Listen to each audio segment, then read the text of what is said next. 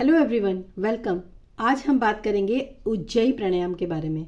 उज्जयी प्राणायाम के बारे में जब आप जानेंगे और इसको सीखेंगे तो साथ में आपको ये भी पता चलेगा कि आप कोई भी ट्रीटमेंट लेते हो किसी भी तरह का, चाहे आयुर्वेदिक हो, होम्योपैथिक हो, एलोपैथिक हो या फिर नेचुरोपैथी से रिलेटेड हो, या फिर आप अपने डाइट को मेंटेन कर रहे हो, हर कंडीशन में उज्जयी प्राणायाम किस तरीके से मदद करता है, आज उसको हम जानेंगे। और आज के इस वीडियो को देखने के बाद 100% मैं बता दूं कि जो लोग भी इस वीडियो को देखेंगे उनको अगर ऑटो इम्यून है यानी कि होशिमोटोज है तो भी वो लोग इस चीज़ को समझ जाएंगे कि क्यों एक ऑटो इम्यून डिसऑर्डर जिनको है, उन पेशेंट को जिनको थायराइड है, उन लोगों को ये उज्जयी प्राणायाम किस तरीके से मदद करता है और क्यों उन लोगों को इसको करना चाहिए।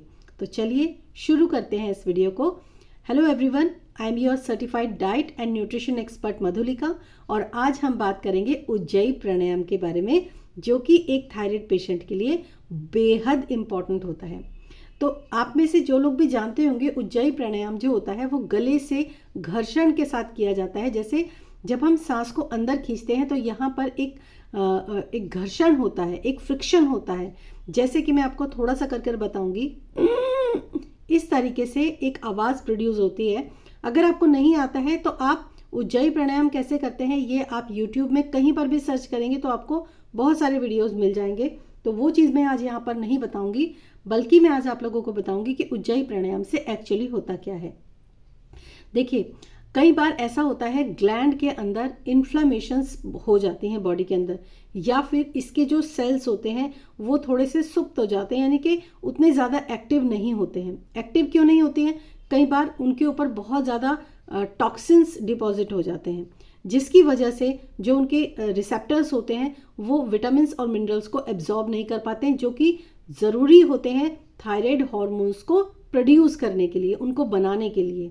तो उज्जयी प्राणायाम की वजह से क्या होता है, वो जो रिसेप्टर्स होते हैं जो ब्लॉक हो चुके होते हैं, वो फ्रिक्शन या फिर घर्षण से, जो उज्जयी प्राणायाम होता है उसके घर्षण से वो पोर्स खुल जाते हैं, वो रिसेप्टर्स खुल जाते हैं। क्योंकि जब घर्षण होगा तो सेल्स क्या होंगे, आपस में वाइब्रेट होंगे, और यही वाइब्रेशन क्या करेगी, घर्षण जो होता है इसको, ये रिसेप्टर्स को खोलने का काम करेगी।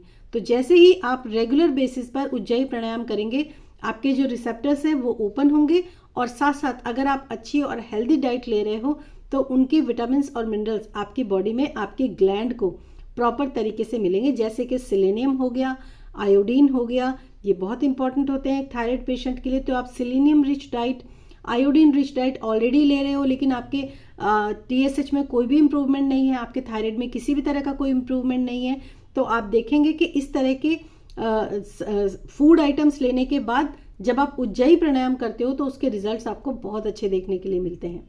सेकंड चीज़, कई बार क्या होता है, टॉक्सिन्स इतने ज़्यादा डिपॉजिट हो जाते हैं आपके ग्लैंड के ऊपर कि वहाँ पर इन्फ्लामेशंस जो होते हैं वो प्रोड्यूस करने लगते हैं।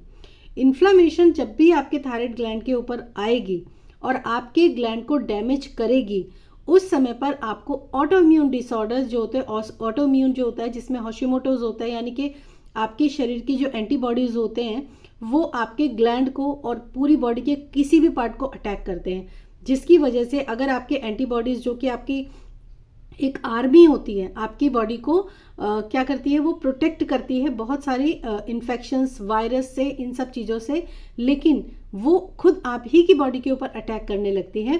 तो ऐसी कंडीशन में अगर आपके एंटीबॉडीज़ बाहर से आपको प्रोटेक्ट नहीं कर रहे, बल्कि उल्टा वो सेना आपके ग्लैंड के ऊपर अटैक कर रही है, तो आपके ग्लैंड पर इन्फ्लामेशंस प्रोड्यूस होती है। और ये क्या करते हैं, ये एंटीबॉडीज़ क्या करते हैं, आपके ग्लैंड को डैमेज भी करते हैं।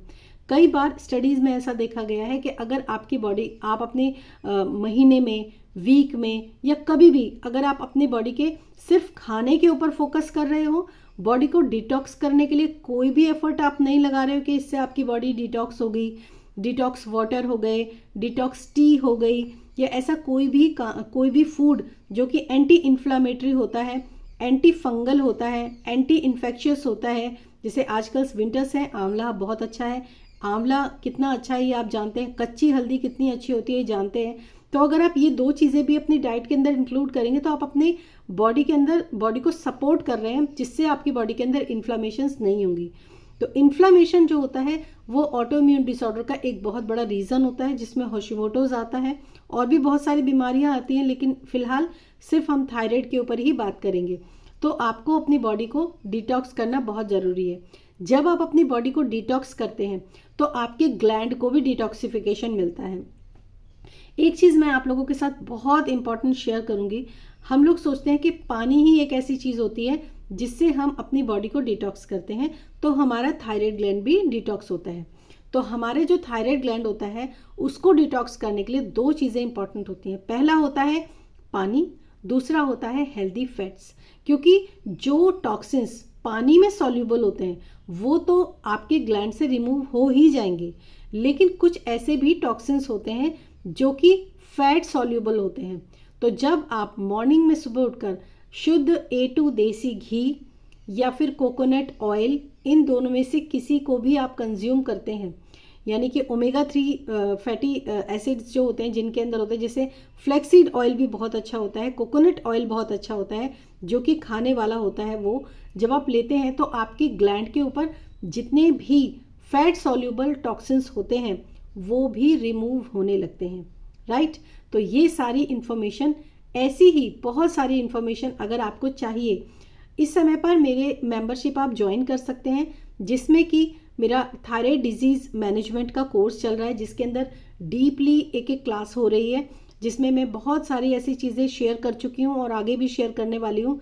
किस तरीके से आप अपने थायराइड को रिवर्स कर सकते हैं, उसको ट्रीट कर सकते हैं, उसको ठीक भी कर सकते हैं। तो ऐसी ही बहुत अच्छी बहुत सारी इन्फॉर्मेशंस को आप देखना चाहते हैं तो आप मेंबरशिप ज्वाइन कर सकते हैं। नीचे ज्वाइन बटन आपको दिख रहा होगा, वहाँ पर आप ज्वाइन बटन पे क्लिक करेंगे।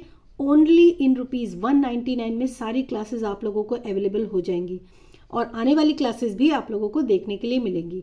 तो इसका फ़ायदा ज़रूर उठाइए, डिजीज़ मैनेजमेंट के कोर्स को ज़रूर ज्वाइन कीजिए अगर आपको थायराइड रिवर्स करना है तो अभी थायराइड से रिलेटेड क्लासेस चल रही हैं तो आप वो देख सकते हैं। इसके बाद दूसरे डिजीज़ को मैं इंक्लूड करूँगी, तो आप चाहें तो उस मेंबरशिप से तब हट भी सकते हैं। तो अभी आप इनको ज़रूर आप अपनाइए। बहुत सारे ऐसे मेंबर्स हैं जो ऑलरेडी जुड़ चुके हैं, जिन लोगों ने सीखना भी शुरू कर दिया है कि किस तरीके से थायराइड को रिवर्स किया जाता है। हर एक पहलू के ऊपर मैं उसके जो क्लासेस होती हैं वो कंडक्ट कर रही हूँ। आई होप आपको ये चीज़ भी समझ में आई होगी कि किस तरीके से आप अपने थायराइड को डिटॉक्स करें, किस तरीके से उज्जयी प्राणायाम आपके थायराइड ग्लैंड को इतना अच्छा रिजल्ट देता है। डाइट के साथ या फिर मेडिसिन के साथ आप कुछ भी लेते हैं उससे फ़र्क नहीं है, क्योंकि अगर आपके ग्लैंड के जो रिसेप्टर्स हैं वो ब्लॉक हैं तो कोई भी सप्लीमेंट हो या फिर कोई भी डाइट हो वो वर्क नहीं करता है। तो इसीलिए उज्जयी प्राणायाम ज़रूर करें।